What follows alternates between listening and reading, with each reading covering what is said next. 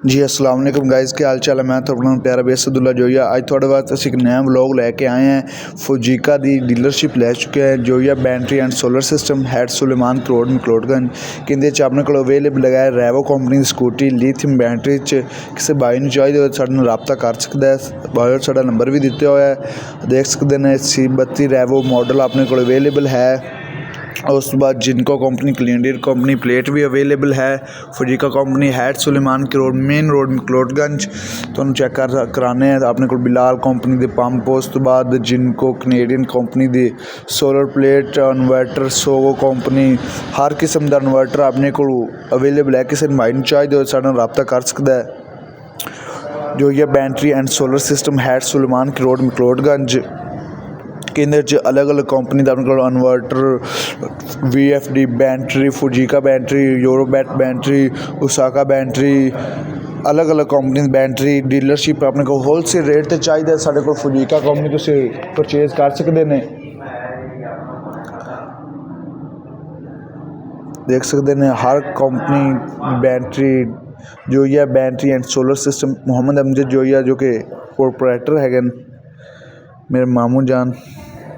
इस बाद हम थोड़ा बिलाल कंपनी की मोटर बेहतरीन चेक कराओगे जिनको प्लेट 585 वाट कंपनी के डॉक्यूमेंट के हिसाब से अपने को बेहतरीन वायर 6mm 8mm किसी कंपनी की वायर चाहिए हो तो अपने को अवेलेबल है।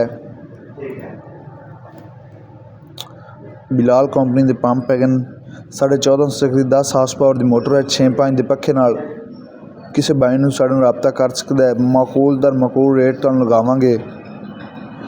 हाजी अमजद जोइया साहब अगर तुम साडे चैनल ते नवे ने साडे चैनल लाइक शेयर सबसक्राइब जरूर करना है तो घंटी के बटन में जरूर दबाना है। सोगो कंपनी का इन्वर्टर अवेलेबल है। INVT का इन्वर्टर अवेलेबल है। उस तो बाद ब्रेकर आपने को हर किस्म के हर कंपनी का अवेलेबल है। चेक कर सकते हैं 3 फेस ब्रेकर 100 एम्पीयर ब्रेकर नाल होंदे सब किलपत्री केड़ी भी नाल होंदी लगे। TMC कंपनी बहुत एक अच्छा ब्रांड है। चेक कर सकते हैं हर कंपनी के inverter battery Osaka company फुजीका company यूरोबैट बेहतरीन किसी भी चीज़ साडे नाल राबता कर सकते हैं। 3 कोर तार साढ़े बायो च नंबर दिते हुआ है जी। Joiya battery and solar system had Suleman की रोड मकलोडगंज। ओके जी, अल्लाह हाफिज़। मैं थोड़ा प्यारा बेस अब्दुल्ला जोइया।